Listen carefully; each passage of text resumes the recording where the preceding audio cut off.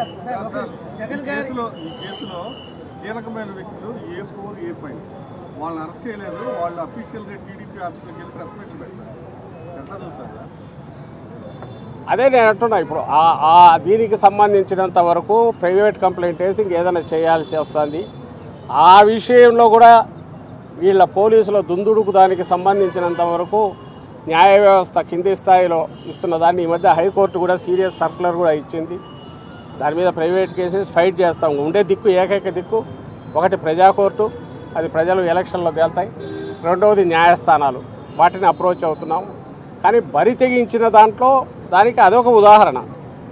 కళ్ళ ముందు పోలీసులు నిజంగానే చెప్తున్నాయి. ఇప్పుడు నల్లపురెడ్డి మన ప్రసన్న కుమార్ రెడ్డి ఇంటి మీద మీరు ఎవరు వీడియో చూసినా అక్కడ వందల మంది వచ్చి తగలబెడుతున్నారు, పోతున్నారు. పోలీసు ఊరికి వచ్చారు అక్కడికి. ఓ ప్రైవేట్ ప్రెమిసెస్, అది కొన్ని పబ్లిక్ ప్లేస్ కాదు. పబ్లిక్ ప్లేస్లోనే ఒక్కొక్క దగ్గర గుడిముడితే తరుముతారు. ఎవ్వరు ఏమనట్లేదు పోలీసులు.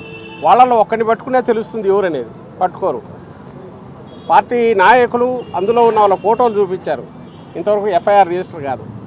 ఇంకా అలాంటప్పుడు మీరంటున్న వీళ్ళెవరో A4, A5 అక్కడ పోయి కూర్చుని మాట్లాడి ఉన్నారు.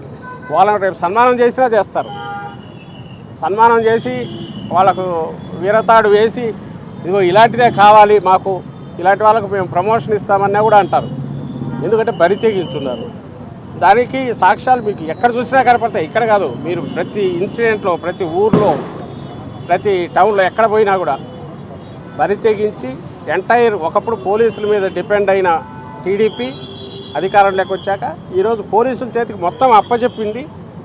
ఒక సెక్షన్ ఆఫ్ పోలీస్ పూర్తి వాళ్ళకు ఊడిగం చేయడము, లేక వాళ్ళ ఒత్తిళ్లకు తట్టుకోలేకనే వాళ్ళు చెప్పినట్టు చేస్తున్నారు. సో ఎంటైర్ చట్టాన్ని కంప్లీట్ బెండ్ చేసేసి వాళ్ళ ప్రయోజనాలకు అనుగుణంగా వాడుకుంటారు.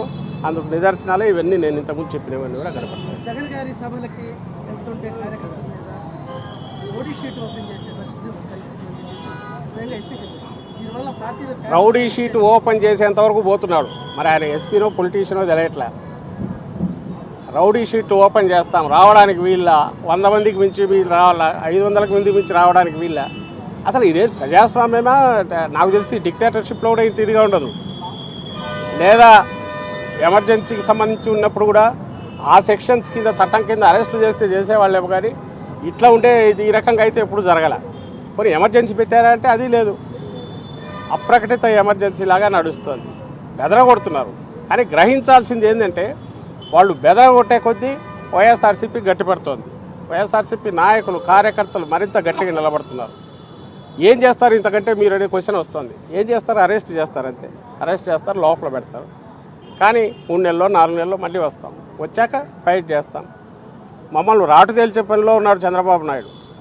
కానీ క్వశ్చన్ వచ్చి ఇది పెరిగి నీ కంట్రోల్ కాదు, రేపు ఎవరు గవర్నమెంట్లో ఉన్నా కంట్రోల్ లేనంతగా సిస్టమ్ పాడవుతుంది.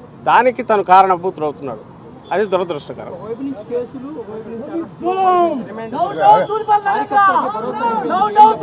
ఏమంటారు?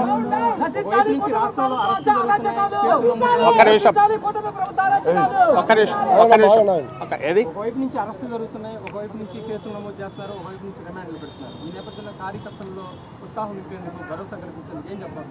భరోసా ఒకరికొకరు తోడు. జగన్మోహన్ రెడ్డి గారే డైరెక్ట్ రంగంలోకి వస్తున్నారు. ఆయనే నిలబడుతున్నారు. మీ ఎవరు ఏదైనా నేనున్నాను అంటున్నాడు. అందరం మేము ఒకరికొకరం తోడు. లక్షలాది మంది కార్యకర్తల బలం ఉంది. కోట్లాది మంది ప్రజల దీవెనలు ఉన్నాయి ఈ పార్టీకి, వైఎస్ఆర్ కాంగ్రెస్ పార్టీకి. ఇవి ఉన్నంతకాలం ఆయన చంద్రబాబు నాయుడు గారు ఎవరినంటే పగటికలాలు కనాల్సిందే. చెప్తున్నా కదా, చికాకు పెడుతున్నారు, ఇబ్బందులు క్రియేట్ చేస్తున్నారు, మానసికంగా, శారీరకంగా భయపెట్టాలని చూస్తున్నారు. బట్ ఏది చేసినా అల్టిమేట్ విజయం ఈ పక్షాన్ని ఎందుకు ఉంటుందంటే వైఎస్ఆర్ కాంగ్రెస్ పార్టీ ఎప్పుడు ప్రజల పక్షాన్ని ఉంటుంది. ప్రజల్లో మమేకమై ఉన్న పార్టీ కాబట్టి ఆయన కుట్రలు, ఆయన పప్పులు ఉడకవు, ఆయన కుట్రలు చల్లవు.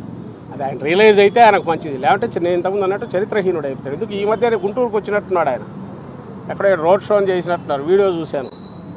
ఆయన సెక్యూరిటీ 10 మంది తప్ప ఎవరు లేరు. అది ఆయన కర్మ. తను ఎప్పుడన్నా ప్రజల గురించి పట్టించుకుంటే ప్రజలు 4 వచ్చేవాళ్ళు. ఈరోజు జగన్మోహన్ రెడ్డి గారు బయటకు వస్తే ఎందుకు వేల మంది వాళ్ళంతటా వాళ్ళు వాలంటరీగా వస్తున్నారంటే అది కూడా పిచ్చితనం. ఇవన్నీ ఆర్గనైజ్డ్ అంటారు. ఎవరన్నా ప్రతిసారి దీన్ని ఆర్గనైజ్ చేసుకునేంత చేయగలరా? చేస్తారా? నాయకుడికి ఆ నాయకుడు అంటే అభిమానంగా లేకపోతే ఇదేం అకేషన్ కాదు, ఎలక్షన్లు కాదు. ఒకవేళ మేము ఆర్గనైజ్ చేసి 1000 మందిని తెచ్చుకోవడానికి ఆ పార్టీ ఇంగితం కూడా ఆయనకు రావట్లా. తనకెందుకు రావట్లే అంటే చంద్రబాబు నాయుడు ఎప్పుడు ప్రజల గురించి ఆలోచించేవాడు కాదు. ఆయన వ్యవస్థలను ఎట్లా మేనేజ్ చేయాలో చూసుకున్నాడు, వ్యవస్థలను ఎట్లా మ్యానిపులేట్ చేయాలనే చూసుకొని తద్వారా పవర్లో ఉండేవాడు ఆయన.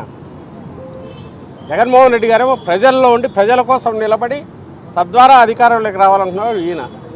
ఈ రెండింటి తేడా గమనిస్తే ఆయనకు ఆ స్పృహ వస్తే ఇవి ఆగుతాయి. దీన్ని ఆయన చంద్రబాబు నాయుడు ఇప్పుడు చేస్తున్న చర్యల ద్వారా, ఈ కుట్రల ద్వారా, వీటన్నిటి ద్వారా వైఎస్ఆర్సీపీని అణిచేయాలని చూసుకుంటే ఆయన భ్రమ. జగన్మోహన్ రెడ్డి గారిని ఏదో హద్దుల్లో కట్టడి చేయగలనంటే అది భ్రమ. అది ఆచరణలో కూడా మీ అందరికి కనపడుతుంది. Thank you. జై జగన్, జై జగన్, జై జగన్, జై జగన్.